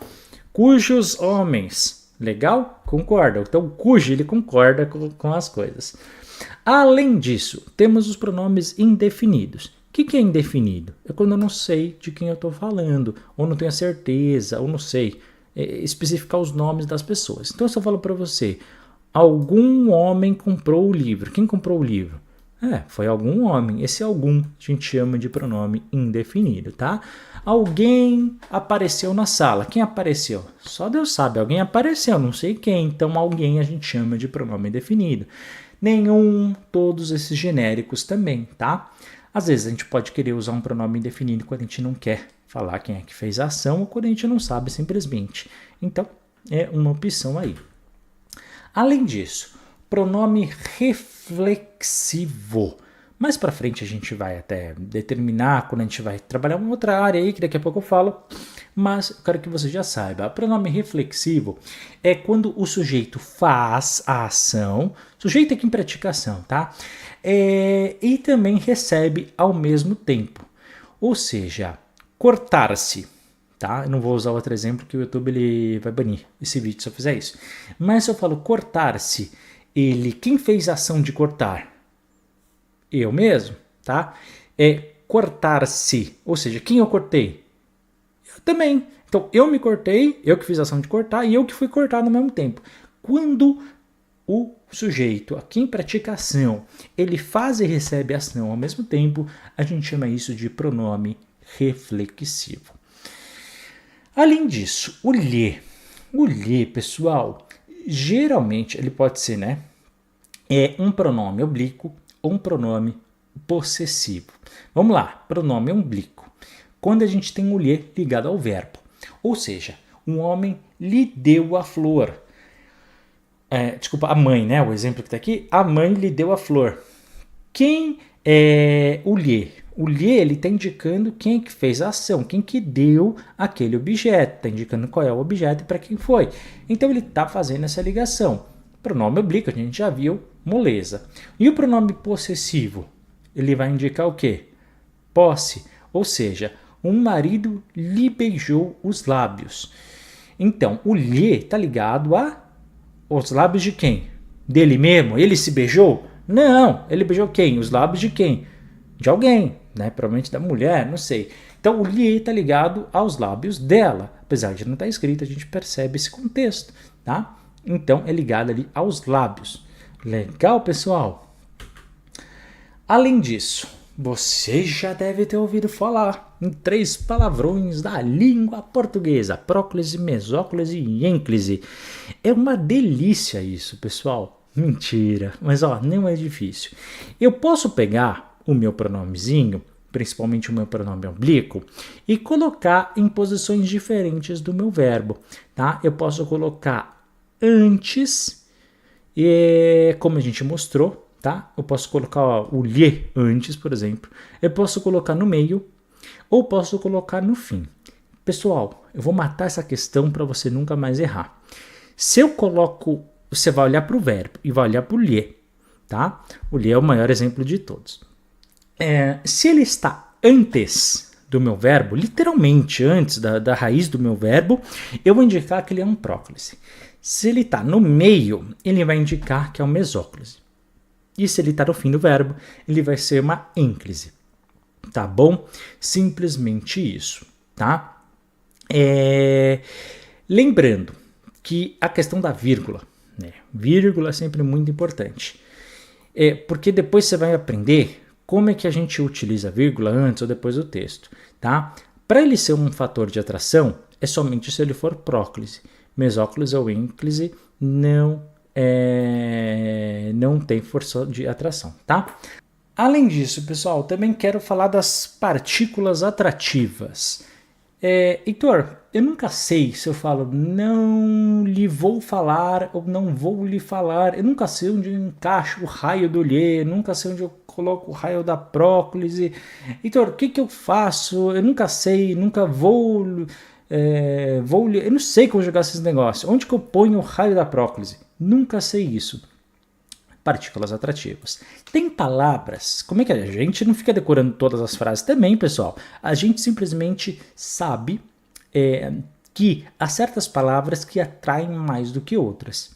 Simplesmente isso. Então, aonde tiver essas palavras na frase, é onde você vai colocar a sua próclise mais próxima, tá? Então, quais são essas palavras mais atrativas? O pessoal chama as iniciais, as abreviações iniciais de cada uma delas do narisd, N-A-R-I-S-D, tá? Que são as palavras mais atrativas. Basicamente são as palavras negativas, não, nunca, jamais, os advérbios, todos aqueles que a gente viu, os pronomes relativos, principalmente o que, os pronomes indefinidos ou interrogativos, as subordinativas, né, as conjunções, que é o que a gente está vendo em morfologia, e também os pronomes demonstrativos.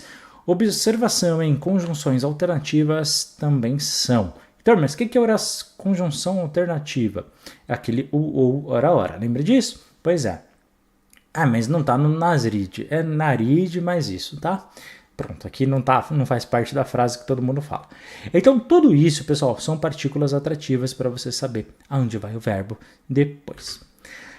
Além disso, vamos entrar no campo do substantivo. Pessoal, substantivo é tudo aquilo que a gente vai conseguir dar um nome, vai ter seu gênero próprio, tá bom? É tudo aquilo que a gente consegue pensar, imaginar e definir como alguma coisa. Pessoal, nem sempre ele tem que ser um objeto real.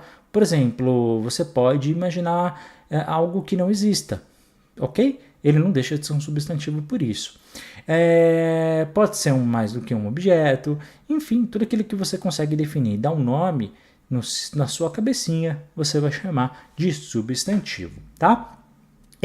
Lembrando, ele sempre vai andar com um artigo e sempre vai ter que concordar em gênero e número. Então, se eu falo o copo, é um copo, tá? Masculino. Se eu falo os copos, são dois ou mais. Plural, plural, masculino, masculino. Se eu falo as canetas, feminino, feminino, plural, plural, tá? Sempre na concordância. A gente vai ter uma aula sobre concordância, onde a gente vai entrar em mais detalhes sobre isso depois. O substantivo ele pode ser classificado como primitivo ou derivado. Por exemplo, se eu falo pedra, pedra, legal, uma palavra, um substantivo normal. Agora, se eu falo pedreiro, originalmente, né, seria alguém que trabalha com pedra, mas hoje a gente sabe que é um pouco mais além, porque os pedreiros não só trabalham com pedra, mas hoje tem um outro significado, mas a raiz da palavra de pedreiro ela vem de pedra, portanto pedra é primitivo e pedreiro ele é derivado, é uma variação da palavra pedra, sabia? Pode ser considerado simples, basicamente se eu não tenho nenhuma continuação dele, por exemplo a palavra guarda, a guarda, ok? Agora, palavra que é composto de guarda, guarda-roupas, é algum local que eu vou guardar as minhas roupas, tá bom? Então, a palavra guarda-roupas é um composto, um substantivo composto, que veio do substantivo simples guarda. Se eu falo para você um substantivo comum, comum pode ser um copo. Quando eu falo copo, que copo eu estou falando? Qualquer copo, que tem em qualquer loja, sei lá que copo que é. Um copo aleatório, desde que tenha a configuração de um copo. Agora, se eu viro para você e falo Portugal, opa, é um substantivo próprio, é o nome de um país, é de uma região específica, que fica na Europa, no cantinho ali, na parte oeste, eu sei de onde eu estou falando. Da mesma forma, eu posso classificar o meu substantivo como concreto ou abstrato. Se eu falo para você concreto, é algo que a gente pode tocar, que a gente pode ver, que a gente pode observar, né? Se eu falo para você, caneta é um substantivo concreto, eu consigo ver, consigo pegar, eu sei como é que ela é. Agora, se eu pego para você e falo, pegue a fada dos dentes. Você vai olhar para mim, esse cara é meio doido. Não, eu estou me referindo a um substantivo abstrato, tá? Glória. Você vê a glória andando por aí na rua? Não. Então é um substantivo abstrato. Você não consegue definir exatamente como que é a glória. Legal? Pegue o amor. Não, olha o amor correndo. Não, você não vê, tá bom? E além disso, tem os substantivos coletivos. E aqui, pessoal, a gente podia trabalhar uma lista imensa, mas não vou fazer isso com vocês, tá? Porque eles não estão pedindo há muito tempo nas provas. Mas você lembra, antigamente na escola, né? Alcateia, coletivo de lobos e assim por diante, né? Tinha uma lista, comédia, abelha e um monte. Era gigantesco isso. É uma lista infindável. E aí tinha alguns que ninguém sabia, a gente dava risada. Lembra disso? Pois é, são os coletivos de substantivo. Além disso, presta atenção, isso aqui é bem legal. Nós temos o gênero dos substantivos. A maioria dos substantivos, eles são considerados o quê? Biformes. O que significa isso? Nós temos uma forma para o masculino e outro para o feminino. É simples. Por exemplo, se eu falo gato, ele é masculino ou feminino? É masculino. E se eu falo gata? Opa, é feminino. Ou seja, tem um para o masculino e outro para o feminino. E se é concordância também para o plural, mas a gente só está falando de gênero. Ou seja, masculino e feminino agora nessa conversa. A grande maioria, pessoal, tem uma forma para o masculino e para o feminino. Isso não funciona em todas as línguas, tá? Tem muitas línguas que você só tem um objeto para falar para os dois gêneros. Então, como que ele sabe quando é um quando é outro? Pelo contexto da história, pelo contexto. Porém, na língua portuguesa, nem todos os substantivos são biformes. Bigêneros, só de onde biformes. Alguns casos são uniformes, ou seja, a gente só vai ter um. Só que calma, eu vou te explicar. Nós também podemos dividir os uniformes em 3 categorias. Vamos lá, epicenos. Os epicenos é quando tenho, por exemplo, literalmente o mesmo nome, só que para diferenciar do macho e da fêmea, eu tenho que literalmente escrever macho e fêmea. Por quê? Porque não tem como a gente diferenciar. Então, por exemplo, besouro. Besouro é um exemplo que sempre cai. Besouro macho, besouro fêmea, tá? Por quê? Porque antes eu sempre vou colocar o besouro, tá? Não pode falar a besouro. Só até estranho aqui, eu estava evitando de falar isso, mas enfim. A besouro, não é estranho? Pois é, porque não é assim que a gente faz. A gente faz besouro macho ou besouro fêmea, tá? Então, animais de ambos os gêneros. Então, para a gente diferenciar, a gente tem que literalmente escrever. O nome disso, substantivo, uniforme, epiceno. Além disso, a gente pode ter uniforme comum de 2 gêneros, ou seja, para a gente diferenciar, a gente vai puxar o nosso amigo artigo. Porque agora eu não posso falar motorista macho ou motorista fêmea. Pega mal, né? Principalmente com pessoas. Então o que a gente faz? Utiliza o artigo, tá? O motorista ou a motorista. Então, quando é o artigo que vai ajudar na diferenciação do meu gênero, do meu substantivo, a gente chama comum de 2 gêneros. E por fim, tem alguns, pessoal, que a gente só usa um gênero mesmo e aí a gente só vai diferenciar no contexto da frase e não tem jeito. A gente chama de sobrecomum. Nesse caso, por exemplo, a expressão que é mais óbvia é a vítima. Se eu falo para você a vítima ela é masculina ou feminina? Tanto faz, não sei, só vou depender no contexto da frase. A vítima, ela era masculina, ok, era homem. A vítima era feminina, ok, era mulher. Tá bom? Então, dependendo do contexto, da frase, do relatório, onde, enfim, estiver escrito. O nome disso, substantivo, uniforme, sobrecomum. Lembra que eu falei que ia explicar a questão do complemento? Pois é, complemento nominal e adjunto adnominal.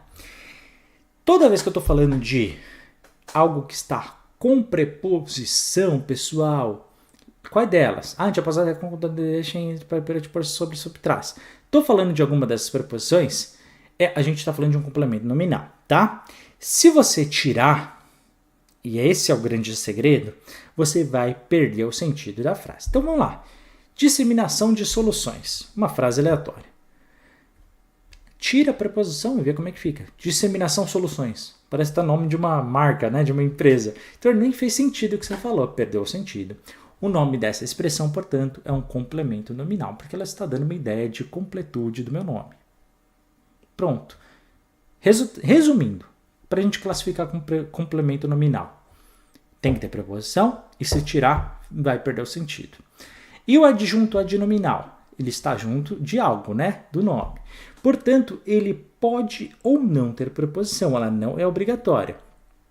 Se você tira, ela vai ficar incompleta, mas o sentido não muda. Decora isso. Vai ficar incompleto, mas o sentido não muda. Por exemplo, problemas voltados a demandas de educação. Problemas voltados a demandas de educação. Você entende o contexto que eu estou falando? Entendo, mesmo tirando a preposição. Heitor, se eu tirasse a preposição, continua a ter sentido? Continua. Mas você não vai ter a completude da frase. Lógico, aqui nesse caso, a gente chama de adjunto adnominal, tá? Essa é uma diferenciação que eu queria fazer. Além disso, pessoal, aqui, vamos lá, vou tentar falar sem falar para vocês. Mas, é o seguinte, das 10 classes morfológicas, nós temos 4 que elas nunca vão variar. Então, por exemplo, a, ante, após, até, com, quando, deixa, entre, para, frente, por. As interjeições, a, u e ei. As conjunções, né, que a gente viu todas. Os advérbios de intensidade, afirmação, negação. Enfim, pessoal, todos eles, a gente nunca vai variar. Variar, o que significa? Você vai pegar um deles, vai tentar passar para o plural. Heitor, passou e a frase ficou ótima. Então, ele não é nenhuma dessas. Não é preposição, não é interjeição, não é conjunção, não é advérbio. Olha que macete da hora, né? Heitor, eu tentei passar para o plural, ficou totalmente sem sentido. Então, tá uma dessas 4. Só essas 4 que são invariáveis. Então, está caindo demais isso na prova. Quais são as classes morfológicas que são invariáveis? Preposições, interjeições, conjunções ou advérbios. Se você não consegue variar para o plural, ela está uma dessas 4. Sempre, sempre, sempre. Eu não vou falar, mas se você colocar a inicial de cada uma delas, vai dar uma palavra muito feia. Mas é assim que os alunos decoram, é assim que caem, então eu não posso negar isso aí. Então, junta as iniciais de cada uma delas, vai dar uma coisa super feia, mas não vou falar, né? Porque senão... vocês entenderam. Mas a gente está falando da aula para concurso, aqui todo mundo maior de idade, então vocês perceberam a lógica, tá bom? E assim, 99% dos alunos decoram dessa forma, né? Então não posso deixar de falar uma coisa dessa, porque toda vez alguém está digitando aqui nos comentários, eu decorei assim, decorei assim. Enfim, então eu estou falando aqui para vocês. Bacana? Então, quais são as 4 classes morfológicas que não variam de jeito nenhum para o plural? Preposição, interjeição, conjunção e advérbio. Decora, viu? Isso cai bastante. Isso que diferencia. Uma questão faz diferença, tá? Todas as coisas que eu falei, uma das mais importantes que tem. Eu decoraria hoje isso sem falta. Se você for com isso, você vai acertar aquela questão que ninguém acerta. É aqui que faz a diferença. Confia em mim. Por fim, chegamos na nossa última classe morfológica, o verbo. O verbo, pessoal, ele não são apenas palavras que indicam ação, apesar de você ter aprendido isso na escola. O verbo, ele pode indicar, vamos lá, ação. Quando você fala de alguma ação, eu assisto um filme, você está fazendo a ação de assistir a alguma coisa, tá? O estado, seu estado mesmo, seu estado emocional, eu estou feliz. Bacana, estou alegre, pronto, você está indicando como é que você está. Mudança de estado, ou então fenômeno da natureza. Choveu, uma coisa que quem faz a ação de chover, sei lá quem faz, mas é fenômeno da natureza, a gente encaixa aqui, tá bom? Vamos lá. Nós temos já vou explicar, calma, respira, mas eu tenho que primeiro falar. Nós chamamos de verbos nocionais aqueles que indicam ação ou fenômeno da natureza, tá? Nós temos os verbos intransitivos, aqueles que não necessitam de complemento. Nós temos os verbos transitivos diretos, são aqueles que não têm preposição, e os verbos transitivos indiretos com preposição e os verbos transitivos diretos e indiretos. Jesus amado, o que você falou? Calma, isso tudo eu vou explicar apenas na aula de sintaxe, tá? Então anota essa informação e daqui a pouco a gente vai chegar lá. Nós chamamos de verbos relacionais aqueles que indicam estado ou mudança de estado. Só para você entender, tá? Como é que isso vai cair na sua prova? Nesse primeiro momento vai cair. Quais são os verbos que indicam, que são considerados verbos nocionais? Você vai marcar a alternativa que indica uma ação ou um fenômeno da natureza. Que indicação são os verbos normais, pessoal. O que indica estado, fenômeno da natureza é algo que acontece na natureza. Literalmente é isso. Ou então, ele vai falar, marca a alternativa que indique um verbo relacional. Verbo relacional é um verbo de ligação, tá? Então, quais são os verbos de ligação? Tem uma lista. Essa lista são os verbos ser, estar, parecer, permanecer, ficar, continuar, andar e tornar-se. São estes os verbos de ligação. Se você pegar o início de cada um, vai indicar a frase. Tem várias frases, tá? O pessoal brinca, inverte. Mas aqui eu decorei lá atrás e levo até hoje se papeou, ficou à toa. Então, as iniciais dessa frase. Então, hoje eu já sei os verbos todos, né? Mas na época, quando eu decorava essa frase. Para saber quais são os verbos de ligação, para saber o que são verbos relacionais, eu decorava essa frase. Se papeou, ficou à toa. Ser, estar, parecer, permanecer, ficar, continuar, andar e tornar-se. Ufa! Nós chamamos de verbos regulares aqueles que têm as terminações ar, ou ir. Lembrando que ar a gente chama de primeira conjugação, segunda conjugação e ir terceira conjugação. Lembrando que tem um verbo, que é o verbo por, que a gente pode colocar na casinha da segunda conjugação. Então, por quê? Só Deus sabe. Porque não quiseram chamar de quarta conjugação.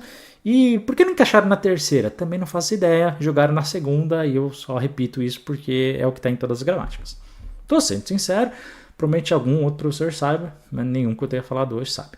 Então, ar é primeira, segunda, com acréscimo do word, né, por causa desse verbo, e do ir, que é terceira conjugação. São verbos regulares. O que significa verbo regular? Que geralmente não, são regulares, são sempre. As terminações de todos os verbos que terminam em ar, geralmente eles têm a mesma sequência, tá bom? Sei lá, verbo ficar no presente do indicativo, né? Eu fico, tu ficas, ele fica, nas vocais, eles ficam. Se você pegar um outro com ar, vai ser a mesma coisa. Outro com ar, a terminação é sempre igual, só vai mudar o radical. Por isso que a professora, na sua escola, na 7ª série, pegava 512 verbos com a terminação ar, mandava você conjugar. E você colocava só a raiz dela e depois metia ali o finalzinho, não era com outra caneta? Justamente isso, porque ela só trabalhava com verbos regulares. Só que existe, pessoal, os verbos irregulares, em algumas características. A primeira delas são os verbos anômalos, ou seja, tanto o verbo sou quanto o verbo ser, quanto o verbo ir. São dois verbos chamados de anômalos. Por quê? Porque a conjugação é completamente diferente. Eu vou, tu vais, ele vai. Ok? E ele vai mudar muito nas suas conjugações comparado aos outros. Não é que nem os verbos que terminam em ir, tá? Tem os verbos defectivos. O que são os verbos defectivos? Que em algumas conjugações ela simplesmente não existe. Vou te dar um exemplo aqui, vai. Primeira pessoa do indicativo do verbo colorir. Colorir, pintar, né? De pintar. Colorir. Eu coloro, não existe, tá? Eu coloro não existe, tá bom? E aí, como é que eu falo? Não fala outro sinônimo. Não existe, simplesmente não existe. Então a gente chama, quando não existe alguma conjugação delas, a gente chama de verbo defectivo. E por fim, os verbos abundantes. É quando representam mais de uma forma para uma mesma flexão. Então você pode ter em alguns casos que você tenha 2 ou mais opções, e aí a gente chama aí de verbos abundante, né, justamente de ter mais do que uma opção. Formas nominais, nós temos o particípio, falado e o ido, principalmente. Eu tenho falado, eu tenho comido, tá? É algo que vai dar essa indicação, tá? Ou a ideia do gerúndio. Eu estou falando com ele, ou seja, dá uma ideia que você estava falando lá atrás e continua falando até os dias atuais. Então a ideia do gerúndio é quando eu quero simplesmente dar continuidade a algo que já foi e está em contínuo processo, uma ação que não terminou ainda, tá? O pessoal usa muito, né, na telefonia. Olá, senhor, estarei passando para... Ou seja, ela estava passando a ligação e continuou passando até hoje e vai continuar, porque às vezes a gente fica 12 horas no telefone. Além disso, nós temos as formas do infinitivo. Infinitivo é quando ainda não conjuguei meu verbo, tá? Então, primeira conjugação ar, ir a segunda e ir a terceira, tá? Falar, comer, enfim, são todos os verbos que a gente tem aí. Amar, tá? Todos os verbos aí na forma do infinitivo, ou seja, ainda não foram conjugados em nenhum modo verbal e nenhum grau de pessoa, tá? Então, simplesmente é isso. Existe a locução verbal, tá? Quando a gente tem 2 ou mais palavras indicando a ideia de substantivo. Existe o particípio também, que é o curto e o longo. Decora isso. Vai por mim. Isso vai te ajudar e vai te salvar muita questão. Particípio longo é quando eu uso ter ou haver mais o verbo no particípio, como a gente acabou de ver, tá? Que é o ado ou ido. Ou então, quando a gente usa no particípio curto, o ser, estar e o ficar junto com esse particípio, tá? Então, particípio longo com ter e haver. A máquina havia secado a roupa.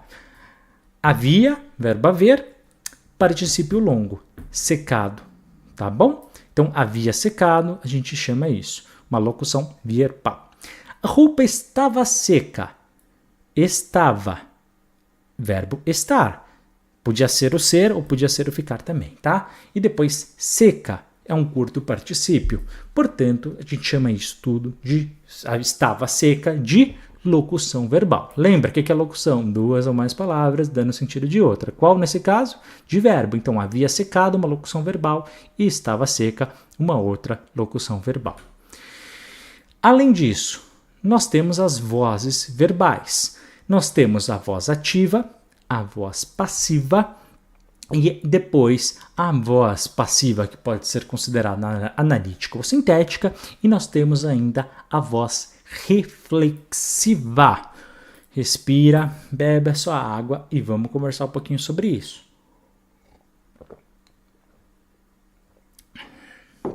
Voz ativa é quando quem faz a ação é o sujeito, tá? Então, o corretor vende casas. Fala para mim, quem faz a ação de vender as casas? O corretor. Concorda? Legal. Agora, às vezes, o sujeito é paciente, é quem sofre a ação. Nesse caso, a gente vai chamar de voz passiva. Só que pausa. Há 2 formas de voz passiva, analítica e sintética. Casas são vendidas pelo corretor. Quem faz a ação de ser vendido é o corretor? Não, quem é vendido são as casas. Ah, tá invertido, Heitor. Olha a voz passiva aqui. Por isso que é passivo, quando a gente inverte, tá bom? O sujeito, ele torna, portanto, o paciente da ação. Cuidado, às vezes, aqui é uma frase óbvia, você fala, pô, Heitor, é claro, quem é vendido não é o corretor, são as casas. Mas às vezes a gente vai na ordem, acha que o sujeito é sempre o começo, então a gente pode errar. Para você entender, a gente vai chamar de voz passiva analítica quando eu uso um verbo de ligação.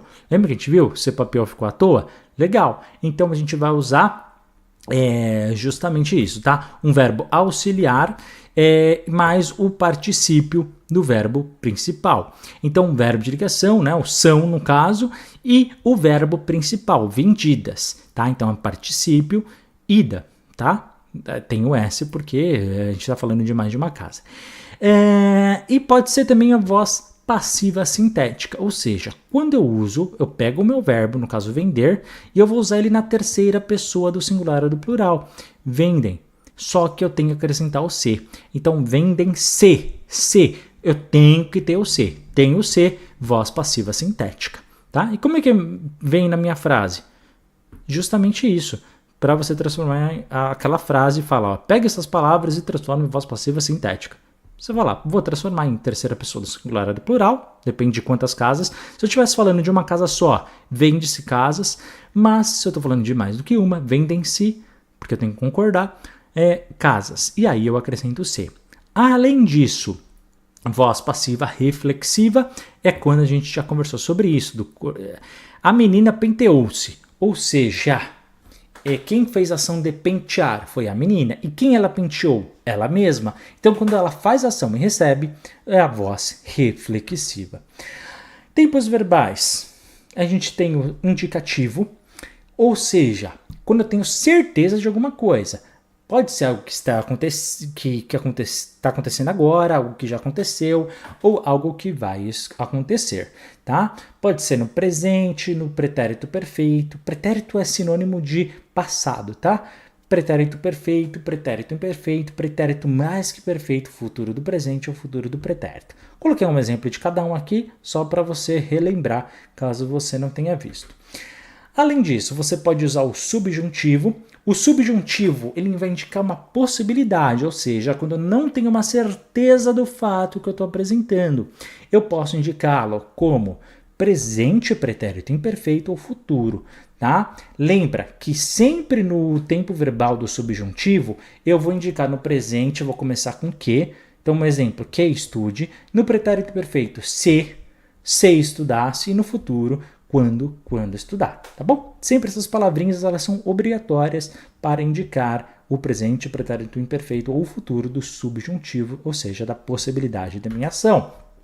Além disso, nós temos o imperativo. O imperativo é fácil, ele pode ser afirmativo ou negativo e ele vai indicar uma ordem ou um pedido. Muito utilizado nas propagandas. Compre, faça, venda. Legal? Então vai indicar uma ordem ou um pedido. Claro, quando que é afirmativo? Quando eu estou indicando uma direção. Então, estude, algo positivo. Se eu meto não estude, nunca estude, jamais estude. Eu estou fazendo um imperativo negativo, tá? Então, você precisa ali do advérbio de negação para eu conseguir deixá-lo no imperativo negativo. Lembrando que na conjugação, na hora de você conjugar, não há o eu, tá? E é você no lugar de ele. Então, é o tu, você, nós, vós, eles, tá bom? Na conjugação. Além disso, pessoal, eu vou deixar essa referência aqui para vocês, para que você saiba que existem combinações na língua portuguesa dessas conjugações.